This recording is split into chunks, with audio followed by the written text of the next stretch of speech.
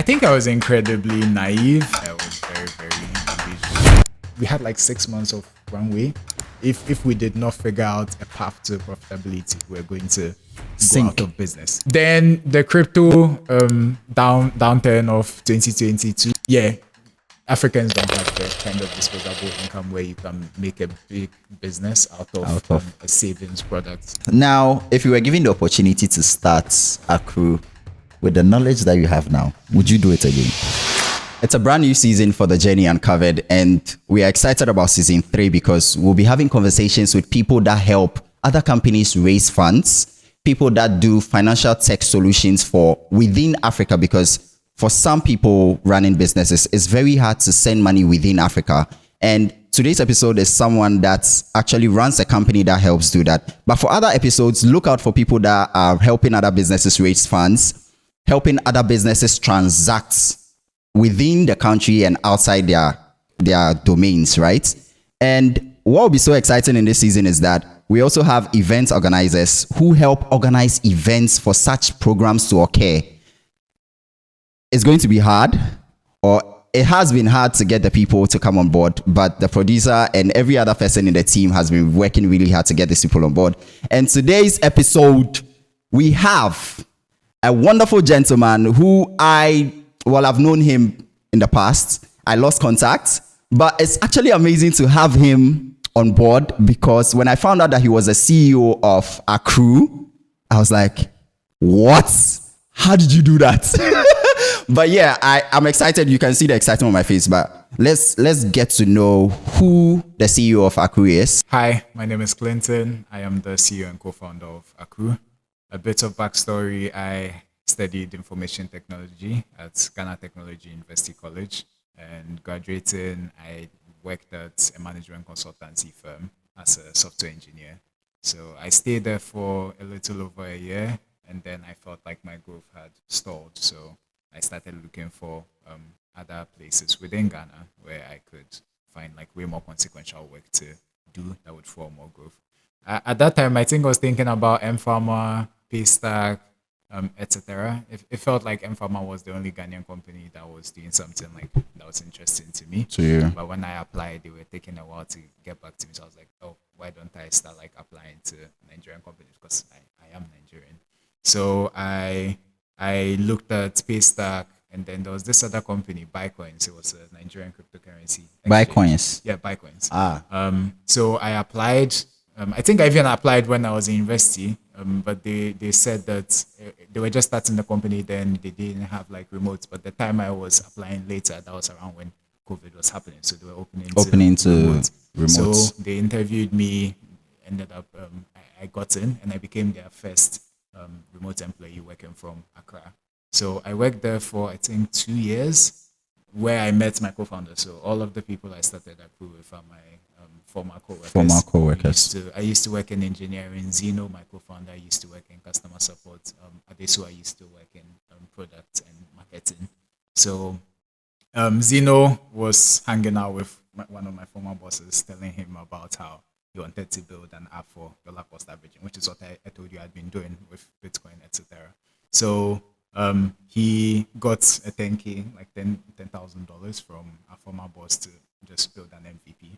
And then he mentioned it to me that, he's looking for an engineer to help him build this. I think a few days before that, I had read this article about like crypto and how around 87% of the world's population is like born into less trustworthy currencies, high inflation, high currency devaluation. And it just became clear to me that crypto was going to essentially be a game changer for Africans. Like you get access to the global economy, you get stable currencies, you get fast, frictionless cross-border payments. And for me, when I read the article, it just felt very important to me to just bring about the solution. So when Zeno told me, he's starting a crypto company, I was like, I'm in. Yeah. And let me not think double about this. Yeah. So Zeno was like, cool, because like he was looking for an engineer who would have paid, but then he was now getting a co-founder who was like all in with him, so it reduced costs. But yeah, that was how it started. Additionally, I was also like in the whole arrangement before I joined, and then we started our building a dollar cost averaging app. Over time, it evolved because that's just how it seems like startups work. But yeah, that's me. So that was the start of Accrue, or that was the start of Zeno's company that later you then absorbed. No, that was Accrue. It literally That was called Accrue. Accrue at that time. Yeah. Oh, We actually called it Rockets back then, but we're like, that's not a particularly good name.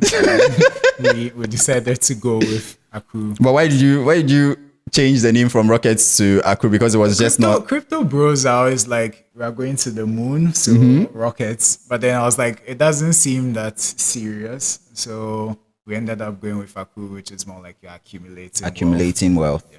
Did that help you in the face of investors when you started talking to investors? I really don't think investors care too much about the name as long as it's not offensive. But yeah, I don't think so. Oh, now, did you have any fear when you started? Like when it all started? That was when 4 years ago.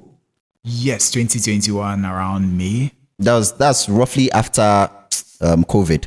Yeah. Roughly after COVID. That was when it all started. Yeah. So when at that time, what was your mental state like? What were you thinking of? Were you excited, or it was just like I think I was incredibly naive. I think I was also very, very excited. I was very, very delusional about how like easy this was going to be. I really thought like startups. It's funny because I had worked at startups, but like I hadn't like appreciated just how tough it is to run one. Because I was working as an employee. Switching over to working as a founder was just oof. But yeah, I think it was a bit of both. I was very, very excited about finally bringing to life like this vision I had in my head. I was extremely delusional about how. I like the way you said the extremely. Yeah, no, I really do feel like naivety, delusion is very, very important for like early stage founders, because if you go in very clear eyed, you probably be discouraged about what you're working on. But if you go in delusional, oh, this is going to be easy, you get quite far in, and then you're like, okay, I can't go back at this point. So you have to you just have to power through. Some people manage to, some people don't. Most people don't. That's just how startups work. But yeah. Okay, so now you mentioned the delusional parts. I'm quite interested in what were some of the delusional thoughts that you were having at that time? I think first was I just did not know how hard it is to actually run a company and all the stuff that's like go wrong. I feel like startups, or really just like pursuits of any kind, it doesn't necessarily have to be startups. Like if you decide you're going to be a videographer, like every day just seems to be new problems that you have to solve, figure out. And that wasn't something that like as an employee I ever had you were ever trained to even get ready for. Yeah, exactly. Like as an employee, you have tasks, you work on those tasks, you complete those objectives. And you go home. That's the end. As a founder, you wake up, oh, this is breaking, that is breaking. This has broken. It's not this is. Exactly. But yeah, you have to just scramble and figure out stuff. But I think that was part of the delusion. Just, oh, I thought this was going to be very straightforward. You start working, customers come on board. But yeah, when we started, I mean, it did start out well, which I guess was helpful with the delusion. We're like, oh, okay, it's actually picking, it's working. Yeah. Then the crypto downturn of 2022. Yeah, started. That was like FTX crashing. Those large corporations started. Yeah, and at that point, we had raised a bit more money from like family and friends. So like the company we worked for, we raised some money from them. My former boss's friends, we raised some money from them. I really do appreciate like the Nigerian ecosystem for that kind of support. Yeah, support, because I don't know that in Ghana I would have been able to garner that kind of support, and also do it at a reasonable like valuation where like you're not just giving a good chunk of the company out. But yeah, we started that, we raised some money, but then the downturn happened. And that was the funny thing. We had started as a dollar cost averaging application. People were investing in stocks and crypto. But when the downturn happened, no one was going to be putting their money inside. And so the first thing to figure out happened. How do you build a business that is not correlated to bull or bear market sentiments, where people are always using the product regardless of what's going on in the markets? Yeah. So we thought about it for a while. We were like, okay, let's add USD savings and generate yield, offer that to customers.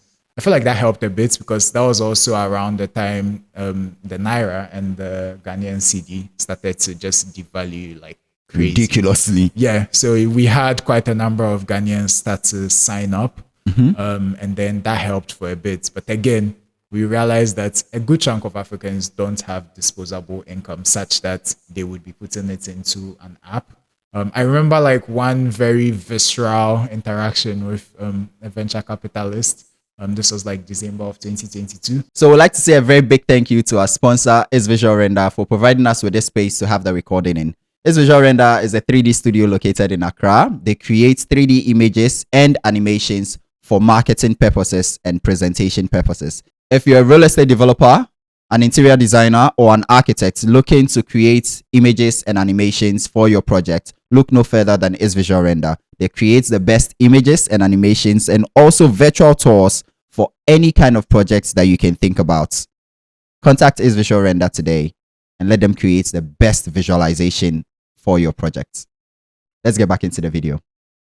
He told us point blank that like, yeah, Africans don't have the kind of disposable income where you can make a big business out of a savings product. You'd have to have like a very massive AUM. And then if you are generating revenue on that, maybe like 1.5%, you need to have like millions of dollars. And where are you getting millions of dollars in savings from? So again, that was yet another stumbling block where we're like, okay, how do we figure this out? But at that point, it was even way more painful where like we had like 6 months of runway. If we did not figure out a path to profitability, we're going to go out of business. Yeah. So at that point, my co-founder and I, Adesua, Zeno took a sabbatical like a bit before that. But yeah, Adesua and I were then the only co-founders. So we just did like an audit of the company. What is working? Interestingly, I noticed that CashRamp was doing pretty well. So CashRamp was essentially a P2P agent network. So if you think about M-Pesa or mobile money, the fact that you can walk up to an agent, you can cash in like your physical fiat for e-cash. So we built that because in Ghana, most people are not crypto savvy. So it wouldn't have made a lot of sense when we were launching in Ghana like early in 2022 to tell them that, oh, go to Binance, go and get stable coins there, withdraw it on chain into Accrue. Yeah, I felt like that was a lot that would not work. Absolutely. Like even myself, when I was using Binance, I was like, this UI is just inscrutable. Like there's no way I'm going to be able to convince somebody to figure this out. So we're like, okay, why don't we recruit agents? The agents will do the legwork of sourcing the stable coins and we just match them with less crypto savvy users. So we launched that in Ghana. It went pretty well. Like Ghanaians really liked it. And we're like, okay, yeah, we're going to deprecate all of our other like deposit methods and just use CashRamp for all of the markets we're available in, which was Nigeria and then Kenya. So Nigeria also really liked them. We're like, oh, okay, this is basically how we're going something that works. Yeah. And then so when we did that audit back in like December, I saw that CashRamp had gone from like 4% of our revenue at the start of the year to around like 60% of our revenue by the end of the year. Ooh. So we're like, okay, this is very clearly this is a product that works. This is what the customers want. Like the customers are literally telling you, this is what I want. So we just decided we're going to pivot, reorient the entire company around CashRamp, and then just build more and more solutions on top of that. So yeah, at that point, we continued to ship. I think by mid 2023, that was when we actually had to lay off some people. We laid off one of our employees, a mobile engineer. We had to do salary cuts, I think 30% for like the people that remained. And then we remained very, very lean. So by mid June 2023, yeah, we finally got profitable. Things like traction was way more evident. So we started reaching out to VCs. We still got quite a bit of rejections actually. Like even at that point. Yeah, even at that point. But at the end of the year, we applied to this Accelerator Alliance. It's one of essentially, I don't know if you know YC. Yeah, I know YC. Yeah, so YC Combinator, yeah. Like the YC of crypto. But yeah, we reached out. I applied to that. We did the first interview. Then we did the second interview and then they passed. But then one of my former boss, he was like, I should email the people that interviewed us you. and ask them like, why did we why did you guys pass? So when I did that, I intentionally just stuck a link to like our dashboard showing like the kind of traction. And so the guy saw it and was like, why did you not lead with this? And then he was like, he'll get back to us that they're going to just deliberate internally and see if they're going to change their mind. And then I think a couple of days later, they were like, okay, yeah, they're admitting us. And so we got into the Accelerator program. Nice. We raised $250,000. Like that's part of the terms of joining the Accelerator. You get mentorship. You do a demo day at the end of like the stuff, and then you get that investment. So we got into the Accelerator. We did all of the paperwork. They wired us the money. And then I think we were supposed to go in February of 2024, I think, to the US to attend the program. The program itself. Yeah. But we couldn't get a visa in time, but we just attended it virtually. Luckily, we met someone that worked at the Nigerian embassy that was able, like his job was literally to help Nigerian founders who had gotten into accelerators to have like an accelerated path to getting a business visa. So he helped us out, and then we got the visa. We managed to then go for the demo day. So we went to New York for like, I think 6 weeks. We spent some part of that in also San Francisco, like basically trying to drum up interest, meet some VCs, try to raise a seed round. But yeah, we finished that. The demo day was actually quite helpful. We got a lot of inbound because you essentially, like part of the program was you need to pin like a story that is very that makes sense to VC. So we had like you get to create this slide and then make a video for it in 2 minutes that just talks about your business, shows like some metrics, talks about why someone should invest in you. And then on the demo day, they just roll, like they create a reel of everything. Their video, and then investors can look at that if they're interested and make a decision on the spot. Yeah, if you're interested, then you like fill an interest form. Then the accelerator will match you with the company. The company like an intro. Oh, this VC is interested in you. Then you go from there. Yeah, so that then kicked off fundraising. But yeah, fundraising was yet another brutal thing. But I guess you can get to that. Oh yeah, we'll get there.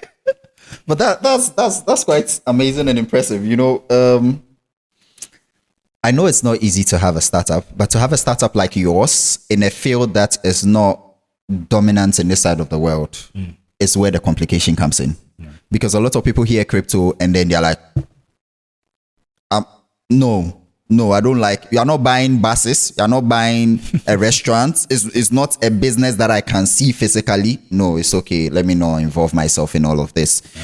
But it's quite amazing that you guys have been able to push through. So the very first time that I actually stumbled upon Accrue, I was looking for a way to send money to Nigeria because I used to do that through one of the banks, their platforms. They didn't pay me for ads, so I'm not going to mention them. But yes. So I used to do that through that bank, and all of a sudden they gave some notice that they've stopped doing that. So it was very hard to send money back. And so I was like, okay, let me do a quick Google search. I found Accrue, and I was like, oh, Accrue. Okay, let me read about them and know I hope my money will not get locked up in here because yes, I still have that fear in me. But then I realized, okay, this is like a good app. Let me just try it out. I tried it out. First one, it worked. Second one, it worked. Then I noticed that there was a part for portfolio where they did stocks investments, crypto investment. I was like, oh, this is something I want to get into, but I wasn't familiar with Binance at that point. So I was like, okay, let me start with Accrue.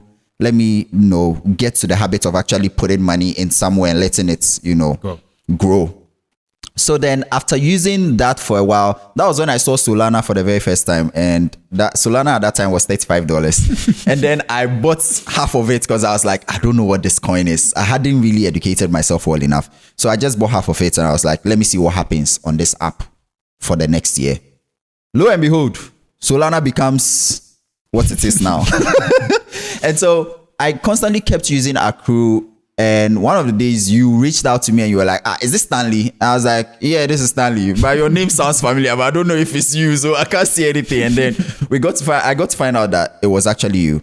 Now, there are things that people say about fintech companies, but I know Accrue has has stood the test of time and has actually solved people's problem, because people find it very hard to send money inter-African countries. So it's not even international. Yeah. Within Africa, let's say Ghana to Nigeria, Ghana to Kenya, then it becomes so hard, so cumbersome. How did you guys get to actually thinking about that as a problem? Was it because you saw that the banks were closing it down, and so you thought to tap into that market? I think this is a very happy coincidence. So I don't think I planned my life to end up at the cryptocurrency exchange working as a software engineer, but I ended up there, and it essentially gave me a front row seat to all of the utility available to everyday Africans in crypto. So for me, like when I worked, I used to work on a product called SendCash. It was essentially Bitcoin-based remittances. So you can start to see how like I started building up like a framework. A framework for, okay, if I wanted to solve a problem like this is potentially a way to go about it. But then again, like I mentioned, I read that article about crypto, and it became clear to me that, okay, this is very much what Africans need. And if I am someone that could contribute a delightful solution, I could just help like solve this problem in a really great way. So yeah, I think that was what it was. And like I said, I don't think I had any like very like clear path of, oh, I'm going to do this particular way. It really was as just like learning from our customers, figuring out, okay, how can we solve this problem best for our customers. But yeah, we started as a dollar cost averaging. It didn't even have anything to do with business sending. When we did the audit of the company and realized CashRamp was the fastest growing product we had, and then we started to rearrange the company, I feel like that was when like we started to say, okay, what are the problems that we can solve with CashRamp? Funny enough, one of my friends on my birthday, this was in November of I think 2022, she had gone to a bank trying to send money to her auntie in Nigeria. So she was there, she wasn't able to do it, and then she asked me like, how can I do this? When I was that like, means the person didn't even know you were doing. Yes. So she tweeted us, and I replied to her, oh, you can use Accrue. That time we had like this thing where we weren't even advertising it, but like you could deposit with an agent in Ghana and then pay to Nigeria using a different agent. And then I was like, oh yeah, just try this out. Like at that point, I hadn't even conceived of it as a cross-border payment product. So she did it. It was pretty quick because the Nigerian agents then were very quick. And I was like, oh wow, okay, so this is very much a cross-border payment product. And so we blew that up, started like marketing it more, started building more utility on top of that. But yeah, that was how we essentially came about tackling the problem. Now, some people would say that sometimes you guys overcharge. That's what some people have told me, because I've spoken to a lot of people. I like anybody asking me, how can I send money? Use Accrue. How can use Accrue? And then they've come back to me because they were like, okay, so when I'm depositing money, it's fine. But when I'm taking out money, it's like for every transaction, there's a charge. And it's usually like I think it's a $1 charge, or it's a 1%. Cross-border payment, it's a $1 flat fee. It's a $1 so no flat matter fee. how much you send, it's just $1. Now, for how, I don't know how they think it's too much, but if you ever consider sending $200 and the bank is charging you, recently I received some amount of money and they charged me $25 for transaction. Yeah, no, banks are charging anywhere from 10 to 20% for just nearby countries like Ghana to Nigeria. Do charge you like that. I remember. So one of there was this travel influencer that found out about Accrue. She had been trying to send money from Ghana to Kenya to like a safari thing, trying to pay that. It was $1,000 she wanted to send. She tweeted about this like, oh, I'm trying to send money to Kenya. This country. The banks are trying to charge me $10 for like this amount. Was it $10 or $100? It would be 100. Yeah, it was $100. It wouldn't make She was sense. like, that's insane. So she was like, what are the other solutions? And don't mention Wise, because she was like, oh, Wise is just as it's just as expensive as. So a couple of Accrue users who had been using it for savings, they're like, oh, try Accrue. So she did. I saw the tweet, so I helped handhold her. She paid, back then we used to charge $2, so maybe that was what people said. But yeah, she paid only $2 and it was very quick, like maybe 5 minutes. In 5 minutes, exactly. The money was there. So to you guys, it's not a lot. You guys don't really know how much bank. If you try it, you would see that you are saving a lot. So now, I'm going to ask you a couple of random questions. If your company were a financial superhero, what would its superpower be? I feel like a nice answer would be like you being able to teleport, because we're essentially teleporting money. But yeah, I think money is one thing, but I also think teleporting support, because I often look at our data. I'm a big fan of looking at our charts. I'm a big fan of looking at how people are using the product. I often see people like me, Nigerians living in Ghana, that often have to send money back home. So it's often very delightful to me, like seeing people use the products exactly how I hope they would. You have people that I often see maybe like parents sending money to their kids studying in University of Ghana, like the travel influencer that's traveling. We have in recent times we've had people that are traveling across Africa. There was one of our super users mentioned recently, like she sent me this very long voice note. I probably have it on my phone, where she was like, so she was traveling from Ghana to South Africa, and then she realized that she had left like the dollars she was supposed to be spending in Ghana, in South Africa. In South Africa, so she left that in Ghana, but there was a transit through Kenya, and then she was like, "Wait, I have some money in Accrue," and so she went to the airport, got an M-Pesa SIM card, withdrew that, went to a forex bureau, converted that to USD, and fast. That was it. So like all of these ways where like Africans finally have like something very much tailored to them, because the people building this product know the problem. Know the problem that they are solving. They know the people they are solving the problem for, and they care very much that this needs to be solved. So yeah. So that means if your company didn't exist, what the world would be missing would be a teleportation app. Yeah. Essentially. Yes. You'd struggle to teleport support back to your family, to your kids, to teleport your money when you're traveling across the continent. I feel like, yeah. Now, apart from the ability to teleport the money, what other things make your company unique? Unique? I think personally, I'm a big fan of great design. I feel like we are pioneering in that aspect. I don't know about you, but if you've seen our app, we care very much about stuff being delightful. We care very much about stuff being functional. We care very much about stuff being beautiful. So I feel like that's also another thing that makes us quite unique. I don't think that, and I hope I don't sound arrogant, but I don't think like there are a lot of apps that consider that, like take that as seriously as we do. What else? Care. I think care is another thing. I personally, and I feel like this is the same for my co-founders, I feel like I owe a duty to Africans to solve the problem. Like I said, crypto is a game changer. No one more than Africans need crypto. Need it. And if we can build a delightful solution that makes this very accessible to Africans, it could be a game changer. Like imagine just wiping all of these arbitrary colonial era borders, where like if you're a producer in South Africa, you can collaborate with maybe a content creator in Ghana. You can quickly send over money. Just kind of think of how all of that collaboration just fuels a sense of Pan-Africanism. Like I feel like it could be very, very big. But yeah, those are some ways that that make your company unique. Yeah. Now, how have you been able to sustain the company ever since after COVID to the point that it is now? Do you think it's been share well, or it's just, you know what, I'm in the middle of this, I can't leave it anymore?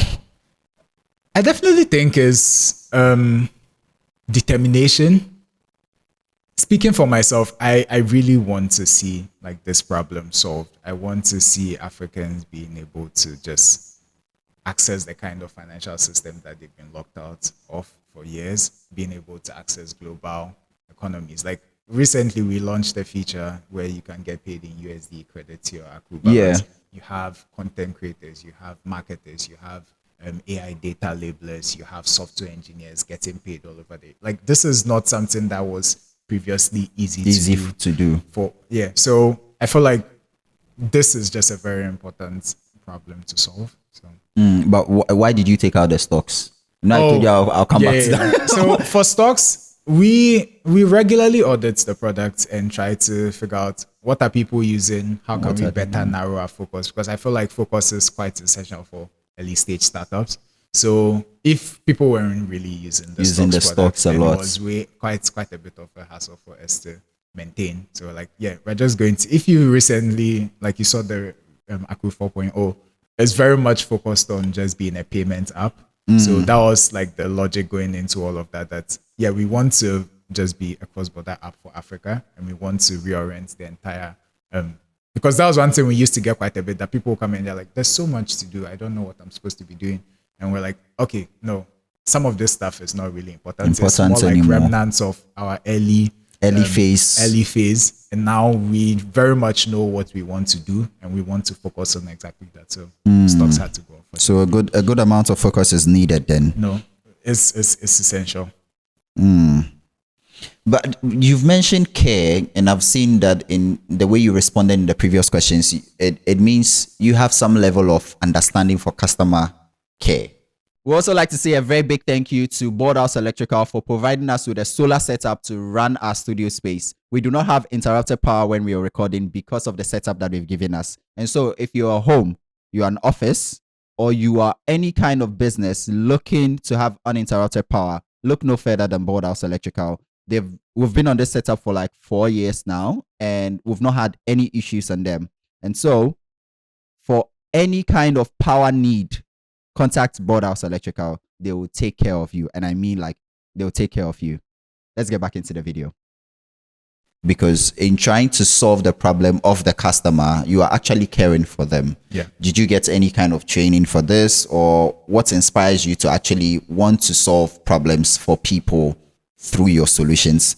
Now, I'm asking this because I've seen a video about some people communicating that what's every founder in the fintech industry cares about is raising funds. And once they raise funds, it's like, yeah, they are good. And that's it. They don't care about the actual problems on the ground for the people. Yeah. So how are you navigating the entire customer care experience, and how are you even growing that?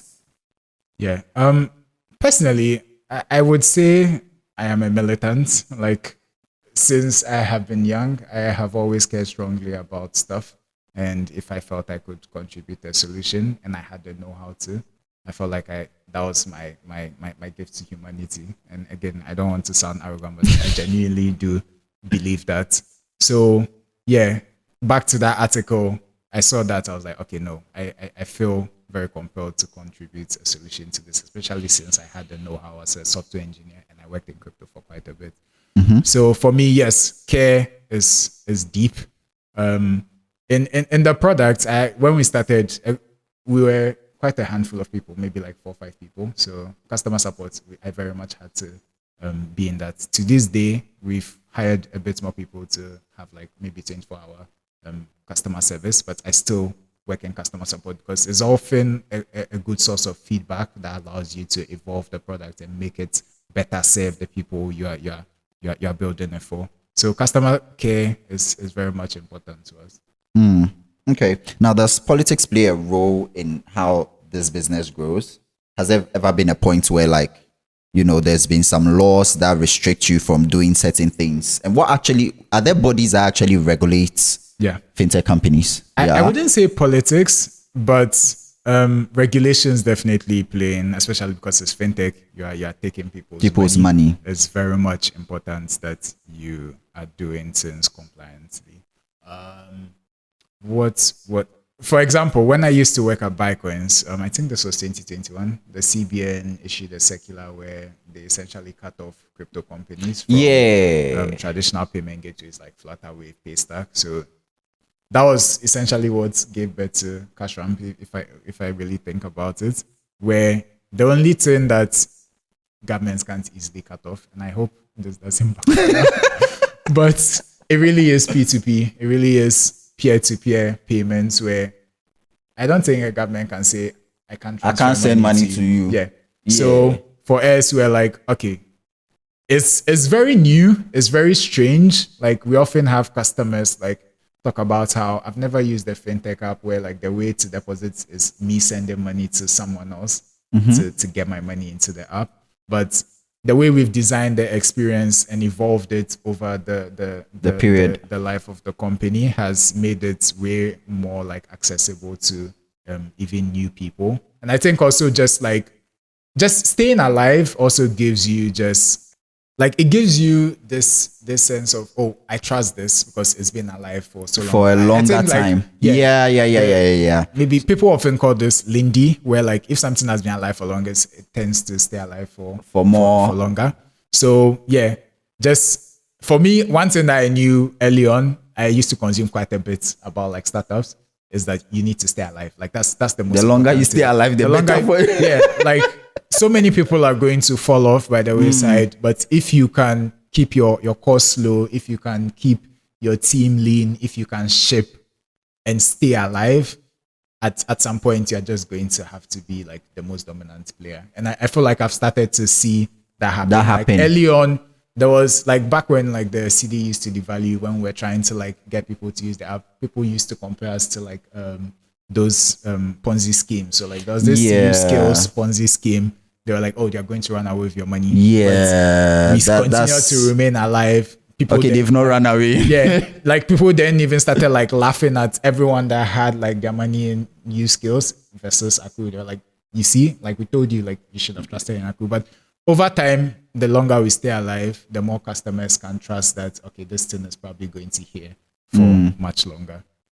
Now that should inform you guys that the longer you keep your business alive, the better, because a lot of people will be watching out to see, okay, what's happening? Is it going to cast? Is this the end? Oh, it's not ended. Okay, then I think we can trust them. So if you're a startup out there, try and stay afloat. I just realized I didn't even finalize the question about regulations. But yeah, part of that was CBN. It gave birth to the PTP idea. But yeah, regulations really can they're quite literally a showstopper sometimes, where sometimes antagonistic governments can just say, okay, no, we're completely banning crypto, and it doesn't matter how like beneficial their product is, you just have to shut down. I think one of the good things about crypto though is that it's borderless. So what has then become important for us is to try not to remain in one market, because if you get killed in one market, the other markets would help you. You can stay alive in the other markets. So I that's something that we also learned from like the previous crypto company we worked at. At the time it was Nigeria based, but for me, I often think about death, particularly death of the startup, and ways that we can be resilient. And I think just leveraging the fact that crypto is borderless and building in multiple markets, it kind of gives us a resiliency. Because even if one market is one like regulator is antagonistic, other regulators have like clear rules about. So for example, in South Africa, we're very close to acquiring a license. Ghana, we're in the process of getting into the sandbox. Nigeria too, we're in the process of getting into the sandbox and eventually getting a license. But yeah, regulations are definitely. What do you call it? The sandbox? Yeah, so let's say for example, Nigeria has an SEC. Ghana, I think, has one as well. But I think Bank of Ghana is usually who does like fintech regulations. But yeah, they usually have a sandbox where they are essentially trying to figure out, okay, what kind of regulations would not kill these startups? What is the best way to regulate them?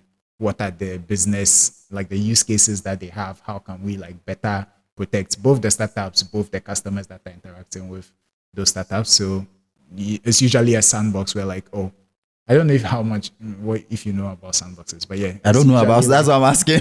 Think of it as like a playground where you just figure out how something might work, and then eventually you graduate from that sandbox into like a live environment where you're finally interacting with actual people. Yeah, in reality. I mean, in the sandbox you are still like interacting with real people, but like you have like guardrails, less number of people, more protection. Exactly. And then after that you are just, okay, we know very much what this business is, we have like the correct regulations to guard them, and then we're releasing it into the open public for them to interact with their customers. But now, beyond the regulations, after all the regulations and everything, how have you managed to gain the client's trust? Because I'm imagining going into a new country, how are you going to introduce? How have you introduced the product to the people in that country? Okay, we started out in Nigeria. In Ghana, where I lived, I knew Ghana's tech ecosystem is quite nascent. There aren't a lot of fintech companies, Yep. particularly ones that were also playing in the particular lane we were. So for me, I knew if we built a great product, we would capture a decent market share in Ghana. So we started out with dollar cost savings. We realized, and it was great timing. Unfortunately, not great for the government because the currency was devaluing. So it meant that people were very interested in ways to protect the value of the currency. Their money. So a lot of people were finding out about Accrue, were like using influencers on maybe Instagram, TikTok, creating videos about saving in US dollars and in interest. So a number of people were skeptical, but it was also quite painful seeing like your money devalue day over in, day time. out. So people would try it out. They would see that, oh, they are earning interest. Some will leave it, some would take some out. But over time, the longer you stay alive, people start to like leave more and more within there. But yeah, I think for each market it's usually different. Some Nigeria, for example, is very, very tech savvy. So in dollar savings. And also a very big shout out to Elite Zone Enterprise for providing us with this tablet. I mean, look at this tablet. Look at the size. It's small. It's cute. If you're an MC, you're a secretary, you're looking for something quick to put in key in data or handle your presentations and anything like that, this is the kind of device that you need. But hold on, it's not left out to MCs and secretaries. If you're a gamer looking to build a heavy PC for gaming, video editing, anything like that, or animations, contact Elite Zone Enterprise because they are the trusted source for all my PCs that I've built over the past years. So yes, Elite Zone Enterprise is the right place to go when you need anything PC or laptop or tablets. Let's get back into the video. Not as acute. People were mostly interested in being able to off-ramp their assets. So different markets, you usually just have to pay attention to how people what is working in that place, and then just narrow focus on that. Try to blow that up with like marketing.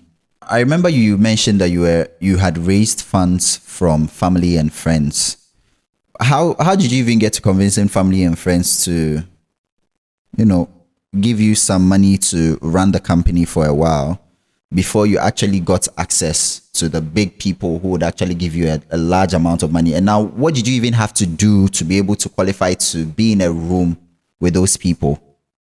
So our very first check was our former boss, Tumiwa. He gave us $10,000. And then really how you get more money is introductions to other people. So he introduced us to his friends, people that worked at PiggyVest, for example, Paystack. Some of my friends that worked at Paystack too, like they were like, okay, I've used this product. I think it might potentially go somewhere. So here's $5,000, here's $10,000. Then our former, like the company we worked for, they also gave us some money. And that was like the first family and friends round.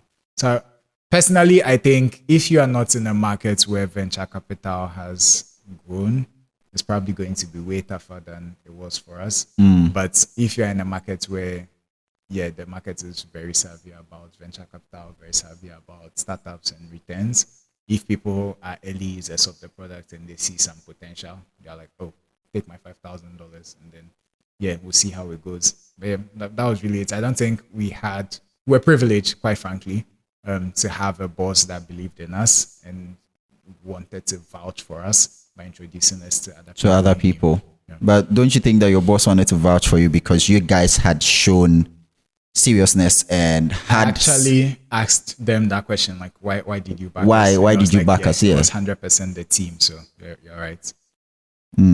So the team had to be credible. Yeah, and I think this is useful because they had known us from like the work we did. Within their company. So for me personally, and in quite literally all aspects of life, I try my possible best to be excellent. I try my best to execute to the best of my abilities because I feel like that's and trust. Like people can trust you if like they've seen the quality of what you do. So I feel like that's part of what they meant by the team was solid. So that's definitely what it meant by the team was solid. Because if they didn't know, so there's this school of thoughts that I operate from. I don't think a lot of people lack money in running a business because people say, I need money to run it. No, you literally don't need money. People need to trust you enough to give you their money.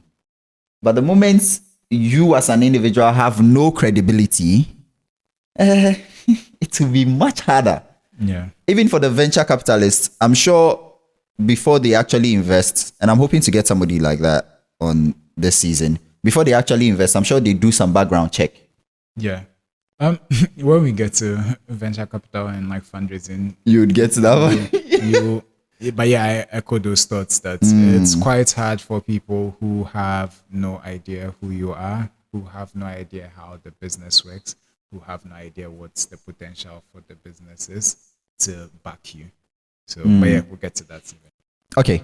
So now tell me about raising funds with the VCs, because I remember you mentioned that there's some part where you present something and then you put it together for 2 minutes and people would come and watch, and if they are interested, then they invest. If they are not, they fill a form and then they invest and get in contact with you and all of that. What's that like? How was your first pitch like? How was your first, meeting a VC like? Okay, I think the very first experience of raising was the family and friends round. Yeah, but that one, we won't consider that one as meeting a VC. I felt like, I'll just go through, but I wanted to tell people like the entire journey. Usually you start out with family and friends. It helps you build credibility that, okay, someone trusts you enough to give you some money. So for that, we usually got on meetings and then we'll tell them about like the company, what we're building, how we thought it was going to get big. And then if they thought the vision made sense, then they usually tell us, okay, here's a safe, I've forgotten the meaning of a safe, but yeah, it's like a contract that says, okay, here's some equity, this is the valuation, this is the amount I invested. When you eventually raise, you convert to like a price round, maybe like Series A. So you go through the program, essentially refining your pitch.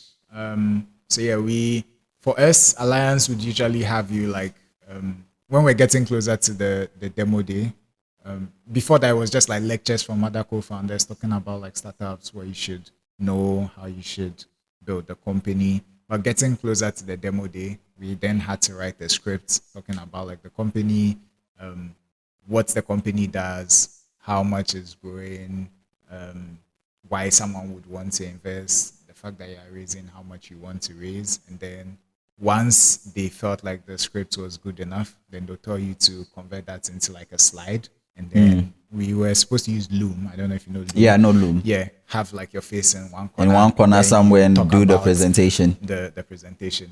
But yeah, we had to keep, like, I think it was every week you submit like this thing to whoever your mentor was. But it was incredibly helpful with just refining. I actually, as much as like raising money from VCs is quite tedious, it's very, very grueling. I feel like because you have to, at least in my opinion, I had to write quite a bit because I was answering all of the questions that they bombard you with about your business. It led to just a lot of clarity about the business because I had to just think really hard about why would this work? Like, why would this get big? Why are you the team that would make this get big? Like, I had to answer a shit ton of questions. So you get quite a bit of clarity. So that also helps with the pitch, and then eventually you do the demo day if your pitch is good enough. We actually did like a mock demo day. We came like middle of the pack, so that was very good because we were like, okay, no, we very clearly need to improve our pitch.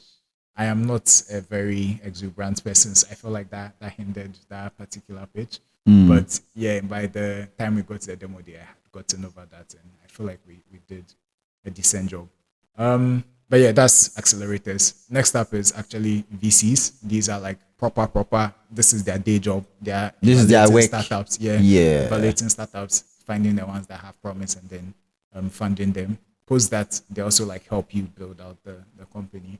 But yeah, with VCs, you usually might be getting, like, the first person that would speak to you would be an analyst. So analyst is usually like the lower rank of what a VC totem pole is. The top really?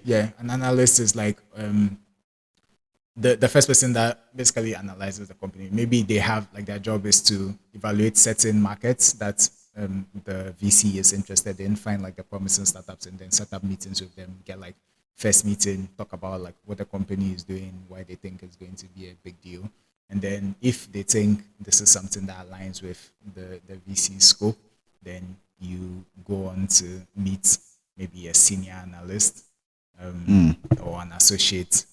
I guess I've forgotten the terms because I haven't done it in a bit. But I wrote about this. But yeah, a senior analyst. Then that person is like a more senior version of the analyst. And the analyst. That's the second call where they ask you more questions, dive deeper into like the business.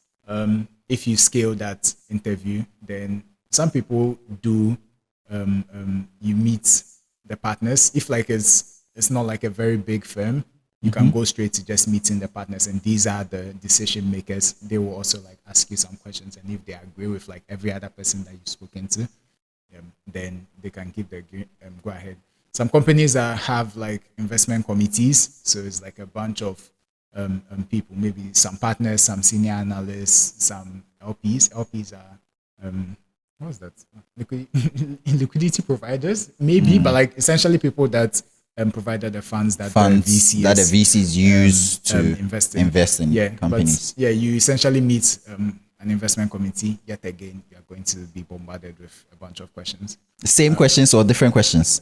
Different questions, like diving deeper, asking you.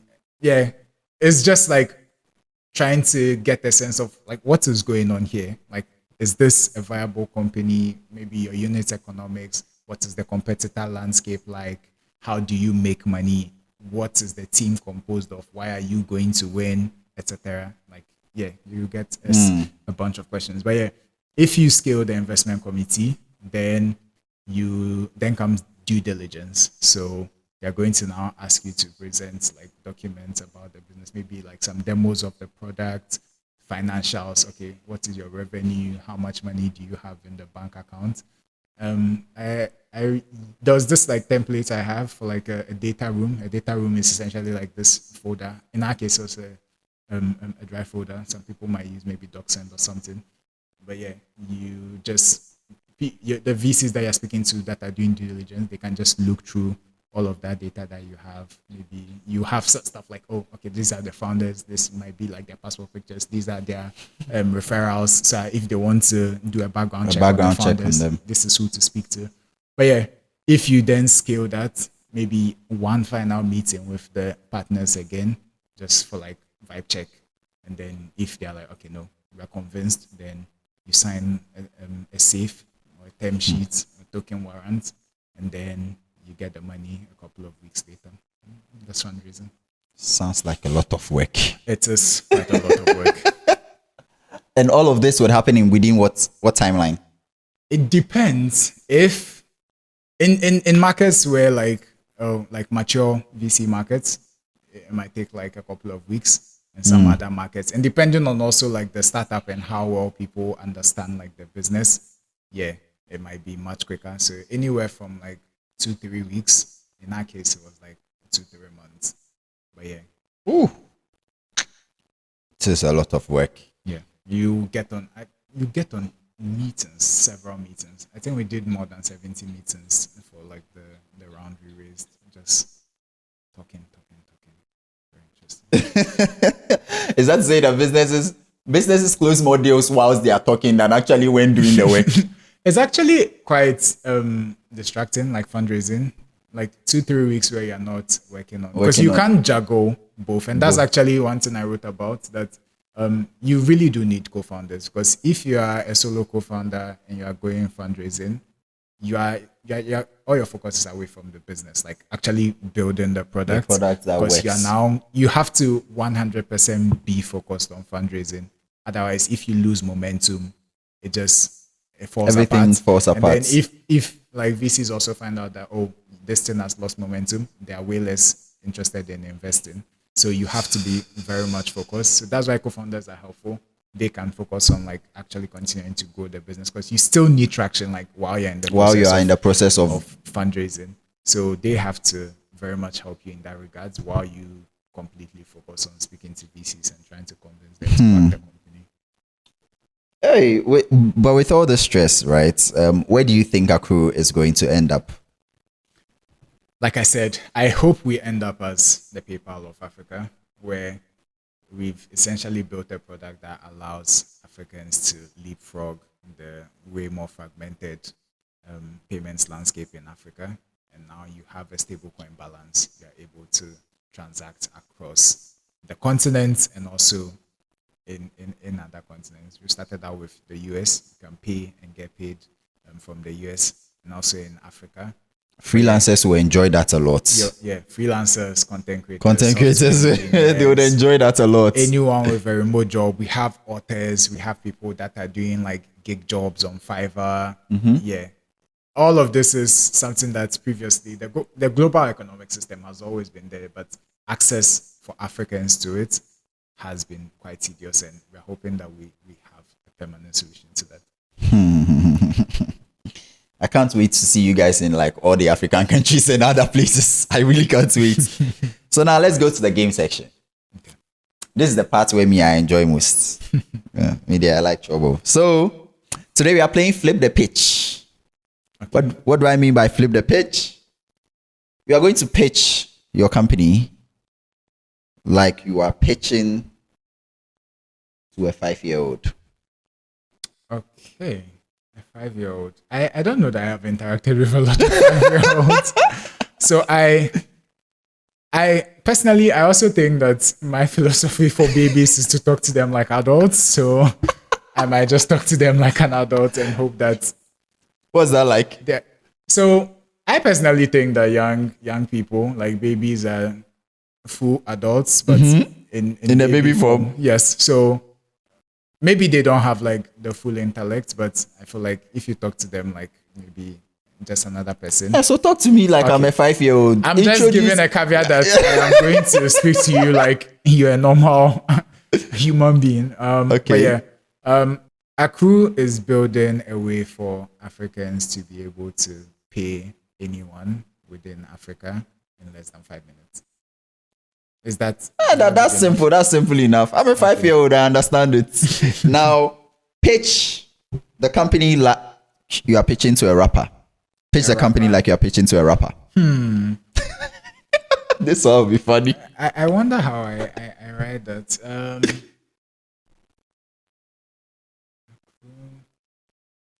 Accrue has a crew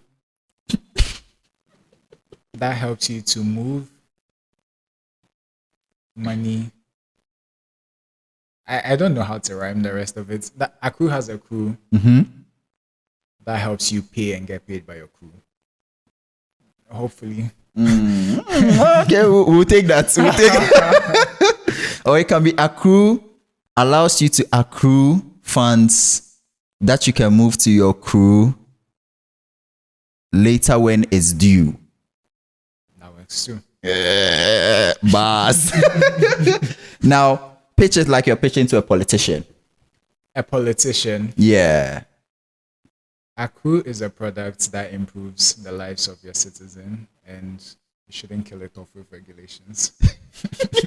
Good one. Good one. Now, pitch it like you're pitching to a TikTok influencer. A TikTok influencer. I am very much not on TikTok. So why are you not on TikTok? I have this theory that like my girlfriend gives me a lot of shit for, but I very much believe that there's a dopamine economy where people, like really smart people, have dedicated their work to essentially trapping you in a dopamine cycle on social media. So yeah, I try as much as I can to stay off social media. But yeah, TikTok, has to be a short one. Maybe in like pay and get paid across Africa in minutes. Yeah, I feel like usually short, PT, 5-second stuff. 5-second stuff. Some eye-catching. Don't go and say too much before they jump out. That seems like. But I do agree with your thought process about really smart people trying to trap people inside some dopamine. Yeah. No, there really is a dopamine economy where yes. People are making money from the fact that Thank you very much. You are just. I was having this conversation with one of my team members today, and he's the one sitting over there. Like, I literally explained the whole process to him, and he was like, Which, funny enough, like companies that are advertising are part of that dopamine economy. So I can't really. You can't really hold them myself, for it. But I personally am not going to fall for it. So, yeah. Oh my goodness. Now, let's finish the tweets. So, the future of money is? The future of money is borderless. It's programmable. It's instant. It's frictionless. It's everywhere. VCs don't understand that. When I was starting the company, I used to have just a very strong reaction to like some of the VCs we had.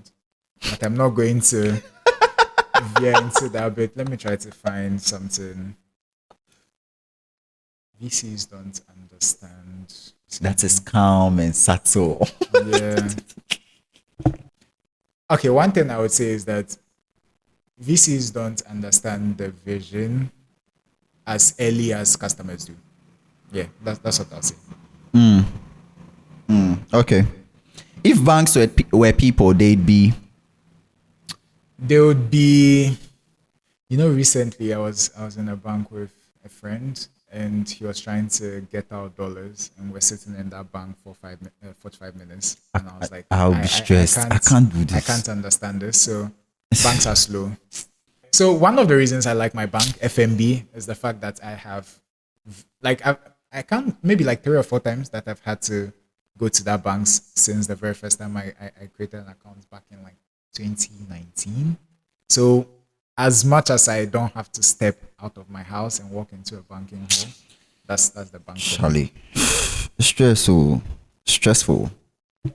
Anyways, now if you were given the opportunity to start Accrue with the knowledge that you have now, would you do it again? With the stress and everything you've gone through, would you do it again? And what would you do differently? I often say I wouldn't, because fintech is just like a very brutal place to play in. But today I am thinking about the fact that the problem that I set out to solve by joining Zeno, like on this adventure, I wonder if like I would want to leave it alone. So I think I would. I definitely have quite a lot of knowledge now about what I should be doing. I wouldn't have done anything else. Like I would have jumped straight into CashRamp, straight into cross-border payments. I would have known that, okay, mini influencers, micro influencers, those are the people to work with to try to get the message out there. Courting regulators, that's something that but that's the thing, like early on regulators weren't really there wasn't really a clear path to regulations, but I feel like I would have already started like trying to court all of the people that when regulations eventually showed up, they would very much know us.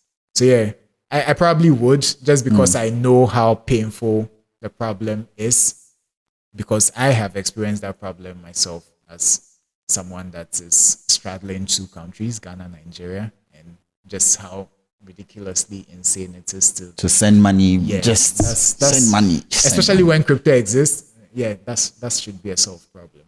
Okay, we have come to the end of this conversation with Clinton, but then before we sign out, I want to give a very big shout out to all my sponsors.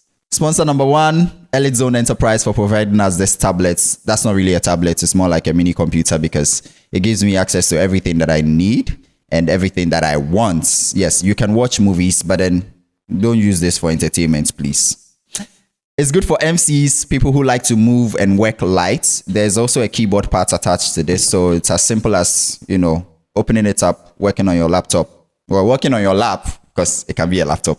And you can clearly see how small this is. It's quite easy and quite light to hold. Now, a special shout out to Board House Electrical for providing us with the solar setup that we use to run the studio, so we don't have to get power interruptions. Yes. So if you run an office, a small office, a big industry, whatever it is, they can provide you with a power solution to have your lights on 24/7 without any interruptions. It's really amazing having all these people sponsor us.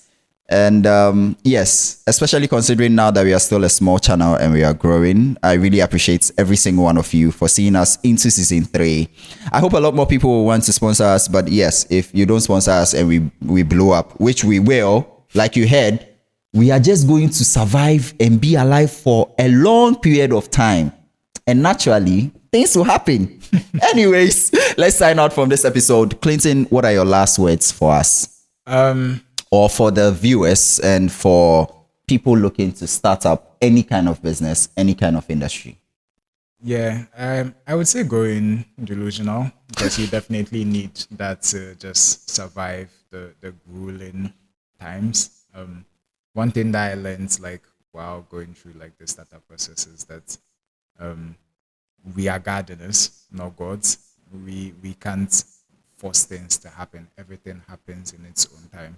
And so for startups, there's going to be a time where it feels like absolutely nothing is happening. You're just tending to the garden, and eventually stuff will start to bloom. So like I said earlier, just stay alive and then good things will happen. Thank you to everyone who's watched up to this point. Please remember to like this video. It really helps us. It really, really does help us. It helps the algorithm also know that a channel like this exists, where we are constantly talking about business and creativity. Don't forget to like. Don't forget to subscribe. Yes, subscribe. I know, you've forgotten. Right now, just do it, okay? Do it. Leave your comments in the comment section. Let's start a conversation in the comment section. Let us know what you thought about this conversation. If you would like to ask more questions, feel free. Leave the comments. We'll probably have a live session with him when he's in a different country. You heard him. Traveling, resting in another country for 6 weeks. I can't do that. I can't do it. Anyways, thank you so much for joining us on this episode. It's really been good having you here. We're out.